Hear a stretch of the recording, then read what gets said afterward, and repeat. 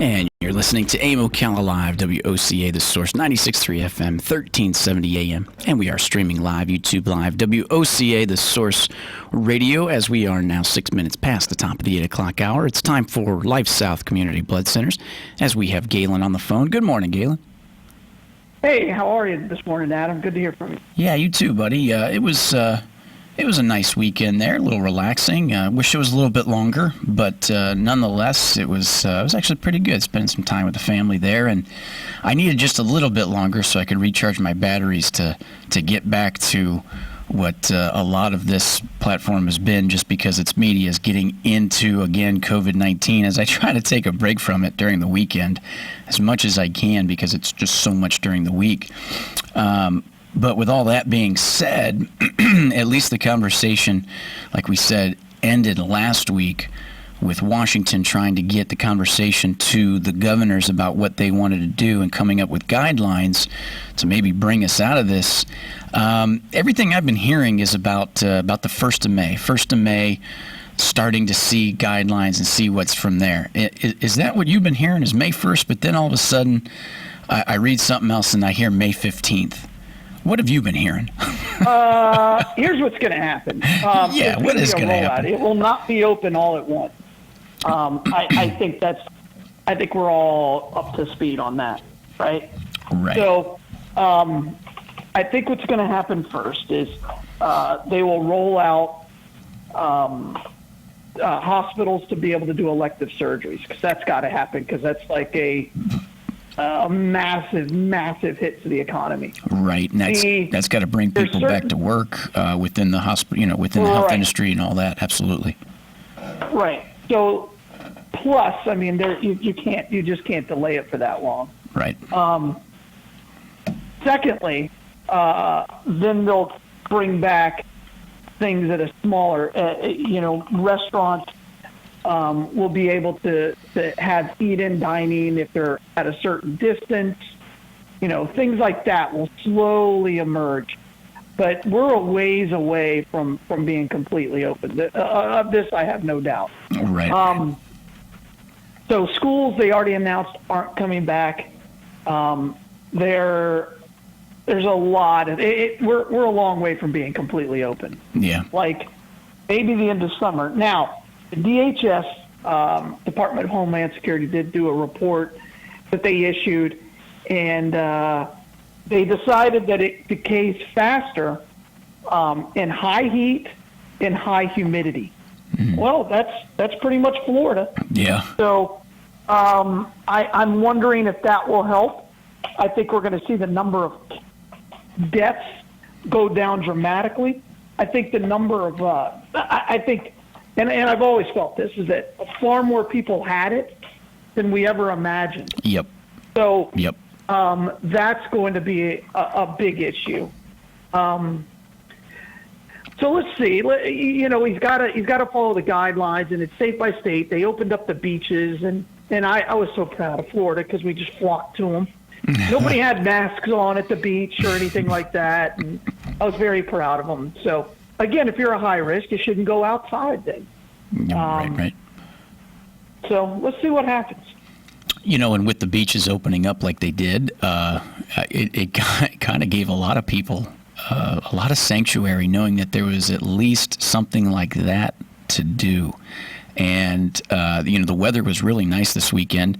It's going to continue once we got this rain that's coming through, which we do have a tornado watch until 11 a.m. this morning. Just a shout out there for everybody. Keep your head on a swivel this morning, as they're expecting this front to come through with 30-mile-an-hour gusts. Just see if you could hear a train, right? Right. But after that, we got weather in the mid-80s for the majority of the week, with mostly sunny skies. Chance of rain for Thursday, but the majority of Thursday looks good into the weekend. That's what it's been feeling like, my friend, is like we said. It's like when I leave the station and I go outside and it's sunshine and 90 degrees and you can feel a little bit of humidity, you almost think to yourself, what? Virus, what? And it was some good news to hear that and like you're saying, that it's harder for this virus to survive like that. So, hey, that means I think that means we're at least Florida, like you said, is coming maybe to to the big back steep side of the bottoming out of the curve, if you will. Maybe. Sure. Yeah. Sure. But I think we all know that, because guess what? It's a flu. Yeah. It is a variant of the flu. And so that's what's going to happen with every flu season once the summer hits. We know that these viruses cannot survive on flat surfaces because of the heat. And then the rain kind of washes it out. It's a purifying effect. Yeah. Whereas the reverse is true in the winter. You know, I mean, it's for Florida at least. It's typically a little drier, and the cold holds that moisture in. Yeah. So there you go. Now, with the weekend, did you guys get a chance to do any fun? Did you hit the beach yourself? No, I can't. It didn't open up till Friday night, and then you can't lay on it, so you could just walk on it. Yeah. So I took on a little household project, and nearly done. Nice. So, It's funny you mentioned that, Yeah. because I was talking with some friends and family this weekend, and buddy, I think everybody has done some kind of house project, because there was a moment within this staying at home order where people probably took the opportunity to relax a little bit, but then after a while, you kind of get this feeling, and let me know if you felt this too, where you start to feel a little anxious. You're like, well, I can't just sit around here. If I got time, something needs to get done. So I had friends of mine that were ripping up their old baseboards and then repainting walls to re-put baseboards, because they thought, well, let's just get this done. It's something to do, and it's something we could pass the time with. So like you said, you're not the only one that's been thinking like, well, house project it is. And, with that, you got your, Lowe's and Home Depot still open, so you still have the opportunity to get in there and get what you need. I went there 4 times this weekend. Yeah. It was one of those projects that just kept getting bigger. Yeah. And it was packed every single time. So, again, I don't know how effective it is.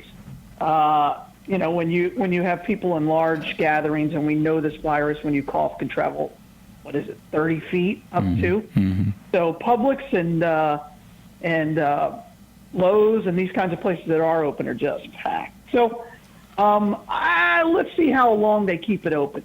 Yeah. Before they keep it closed. I think this is a big weekend. I think we need to look at the results over the weekend. Right. Once they have testing everywhere, I think that changes things. I will say this, that if you are someone who you think had COVID-19, you think you were exposed to it, we'd love you to come to the blood center. Call us first, 622-3544, and we can actually test for the antibody for the virus to see if you have been exposed. And then we can have you donate plasma, and those units can go to other patients and who are fighting the virus, and we've actually transfused several units over the weekend. That's good news. We've had our first donors come in. Yeah, and these are for the extreme cases where, they're having a very negative reaction. And again, if we can mitigate that, then we can really get a handle on this virus. And Right. again, the cold kills a lot of people every year. Yeah. Let me ask you, partner, as they made the decision to go ahead and close the schools for the rest of the year, do you agree with that, and where we're at, and especially too with how much time was left in the school year? And what does that mean then? What does that mean for the curriculum, and what this will be for the start of next school year? Yeah, nothing's going to change. I mean, here we are. Let's say they couldn't open May 1. There's just no way they would be allowed to open May 1. So school gets out May 30th. Yeah. You're going to bring all these kids back, and all the distraction that comes with the first week, right? Yeah. It's just not worth the risk, because if one kid had it and they infected 100, and then they affected 100 people when they got home, et cetera, right? It's just exponential. It's just not worth it at that point. If they could have opened it April 1, then they would have had 60 days. I could have appreciated that. I hope there's a graduation ceremony. Yeah. I'm curious as to when they'll actually have it. I wonder if they'll have it in like mid-June. And for example, Vanguard has it at the Livestock Pavilion. Yeah. And we had it last year in May. And you have it, and they have it at different times. Different schools use that at different times. oh boy, if you're the 2 o'clock session, you may die. Yeah. I mean, granted, it is covered. They do have big fans, but you may not make it. You may really think about it. Because I remember my mom. I told her we went to lunch first, and we had the 6 o'clock, but it meant you had to show up at like 4:30, right? I said, Mom, just don't go. I said, it's going to be blazing hot, and then by the time you're done, it's cool. Yeah. But you just sit in the sun and you just bake. So I'm curious how they'll do that. And again, the place is already packed to the gills for graduation. And if they really do limit the number of people who can come, I wonder how they're going to make all that work. And those are the kind of decisions that are going to be really, really huge for the new superintendent, for example, that's about to start. So let's see what happens. Right. That's one of those things that's it's going to be interesting how that plays out. Like we said, overall, just kind of unfortunate for the seniors this year and how the school year played out for them and stuff, and especially too with the sports and everything like it. So yeah, it'll be interesting to see how that comes together. And the other thing is too, I was talking with a friend as we were kind of bringing up the politics of what happened with all of this COVID-19 stuff, and it still continues. Mm-hmm. I think one of the big points that was made was, I think overall was where the ball maybe had been dropped, and see if you agree with this, is kind of in lieu of the testing, if you will. If this was such, like for example, in any kind of other sickness, and when you think about us being, one of the most powerful countries in the world, and then seeing this happen in other places in the world, to have an idea, to have some outline of what could happen here, that it seems like we kind of fell short right on the idea of testing. Why was it so hard? Wow. To test? Well, I completely disagree with you. Do you? Because and how quickly. Okay, let's put the timeline together. Okay. This virus emerged, I'm going to say December, right? Right. That's when it became on the global radar. Right. All right. You could say earlier, but that's probably not fair. We had a test. That was useful. It just took 14 days to read in February. Okay. Right? Gotcha. Or March. I'm sorry, March. That is incredible. I get That what you're is saying. absolutely incredible. You know how long it took us to get a test for HIV or any of these other massive viruses? We still don't even have a really good test for some of the flus that go around. Okay. I think this was a massive, massive accomplishment. It usually takes 2 years to develop a test for some things. There are viruses that are emerging all the time that we do not have a test for. Mm-hmm. Okay. So, I completely disagree. I think that's part of what the media spins. Why is it taking so long? And the fact that you can now have a test that you can read in 5 minutes is next level witchery. I was talking about it with my medical director. He said, because when this came out, I said, they keep talking about these tests. And he's like, yeah, it's going to take a whole lot longer than people think, because it may take us a year. And then we talked later. He goes, wow, this test they did in 3 months, and it only takes 10 days. And now they can do it in 5 minutes. That's incredible. Absolutely incredible. Okay. So I see what you're saying then, from the idea of really, I guess overall when we look at the timeline, because maybe like you said, and I like how you touched on that, like in the sense of the media and how that was always drummed up in a sense. Really, we're only looking at a few months of being able to, like you said, test for something that we didn't really know much about, in the sense of only December really that coming into the world to be something to think and worry about. And then here we are, like you said, February, we already have test. It does take some days, it's understandable. But then, like you said, within it now, having the test like we do. Okay. I guess in a way that makes me feel more... Well, the reason we were able to do it that fast is because the FDA got out of the way. Yeah. Right? Yeah. They just said, go at it. Because typically you have to go through 3 different processes to get a test. You have to submit your idea. That takes anywhere from 3 to 6 months to get reviewed by the FDA. That's step 1. Jeez. Step 2 is your clinical trials. That could take 2 to 3 years. Good Lord. And then step 3 is your implementation, which could take another 3 to 5 years. So, this test is, I think, miraculous. It could, it's not the moonshot, but it's pretty dang close. Mm-hmm. Wow. And I believe there's some tests we still don't have testing for some cancers other than going in and taking the cancer cells out, yeah, right, and putting them under a microscope and saying, yes, this is cancerous. Yeah. So whether it's malign or not or malignant or not is a different thing, but miraculous, I believe. Absolutely miraculous. Speaking of the idea when you mentioned cancer, one of the things you've been kind of pushing as we've been talking to you, because we know that the blood supply in lieu of the elective surgeries having stopped has helped the blood supply, if you will, because they're not using it as much, because that's where a lot of that comes from. But the one thing you're pushing there is the idea that they're still doing cancer treatment. So you were saying that the donation of the platelets was important as well, and that's still something that, like you were saying, as well as the antibodies, to tell folks out there that if you're wanting to help, that's what you guys are still in need of. That's correct. Correct. Yeah. So if you think you had it, and more and more and more, we are finding that, for example, there was an executive at Life South who never really had symptoms, and they're like, "Oh, I'll do the test." Almost as a control, and they tested positive, and they're like, "Oh, that's crazy." And then we've tested several within our organization, and they've all tested positive for the antibody.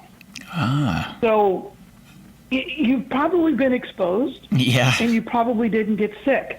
But guess what? That's just like every other flu. Every other, yeah. If we know it was in the United States as early as January and potentially earlier than that, with people who were just carriers because they didn't know they had it, we've all may have been exposed to it. Yeah. It's just if you're immune suppressed or the virus may have reacted differently within your body, which happens. Mm-hmm. Mm-hmm.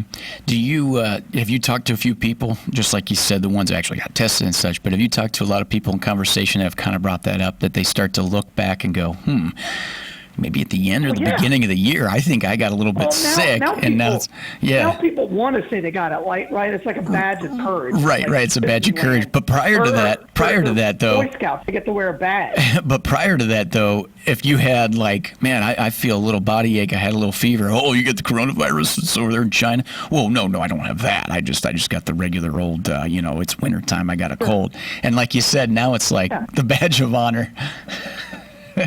Yeah, it's just look on social media at all the people. Oh, I realize now I've got it, or whatever. It's a thing. I mean, it is going to be a thing.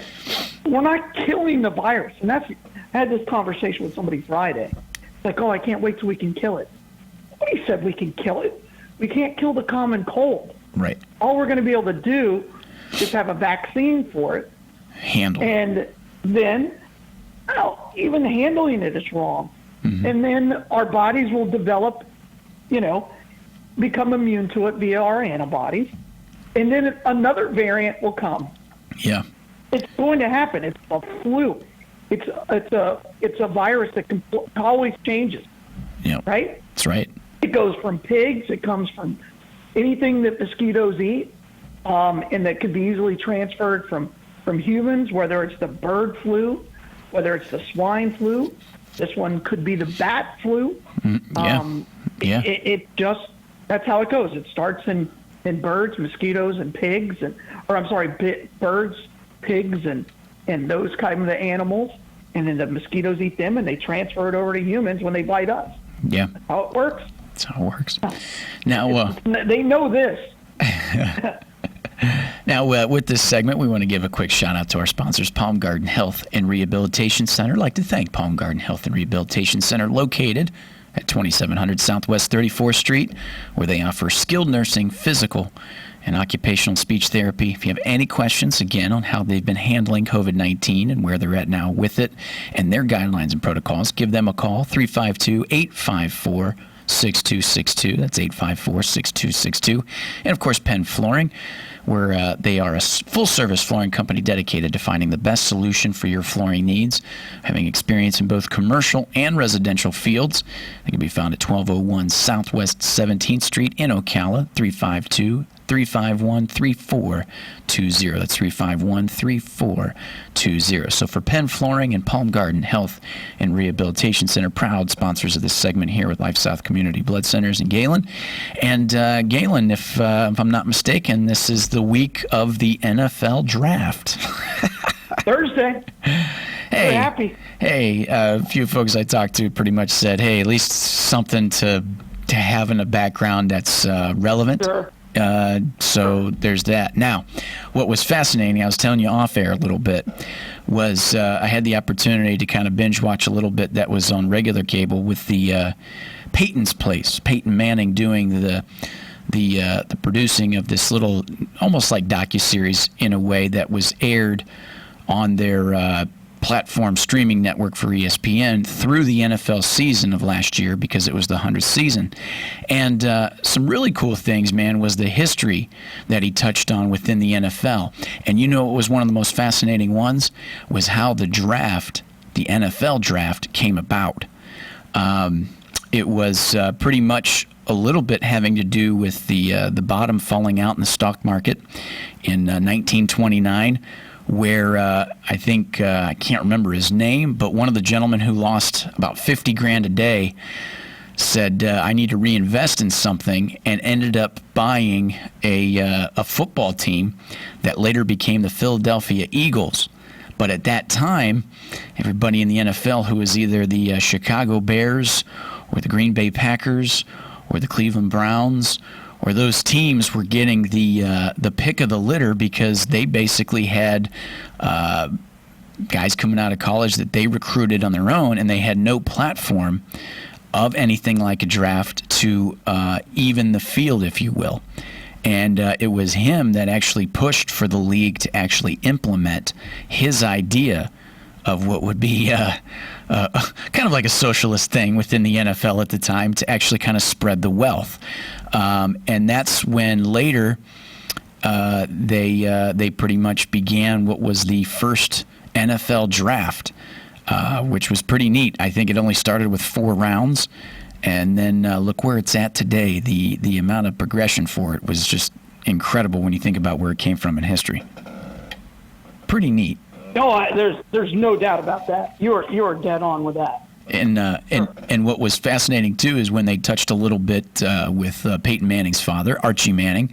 At one point, they were discussing some stuff in lieu of how his father ended up in the league and everything else. It was funny because he was drafted by the New Orleans Saints, Archie Manning, and his dad even said, he goes, "It's not the hoopla that it is today." He goes, "I was on my way to class, and I think I still remember getting the phone call like on my way, and I had to keep it kind of short because I was late for class because I was still at the university, and it was just a little shout to me saying, hey, when you're done with school, come talk to us again. We're going to meet in about a month or so, and you might be playing for the Saints as a quarterback." He goes, that's how the draft went. But from there, anyway, partner, as we're at the bottom of the 8 o'clock hour, appreciate talking to you, man. We'll look forward to tomorrow, and we'll go from there. All right. Hey, thanks, Adam. Be good, man. You too, buddy. Bye, all. WOCA Ocala, back after this. Had ever heard of, and we did it during this pandemic. We did it under pressure. Governors like Maryland Republican Larry Hogan say there aren't enough tests available. To say that the governors have plenty of testing and they should just get to work on testing, somehow we aren't doing our job, is just absolutely false. Governor Hogan on CNN. There's some violent weather in the forecast today. Right now, millions of people are bracing for a second round of severe storms from East Texas to South Carolina. This is just 1 week after deadly storms swept through the South, killing at least 36 people and unleashing more than 100 tornadoes. Fox's Christina Coleman. America's listening to Fox News.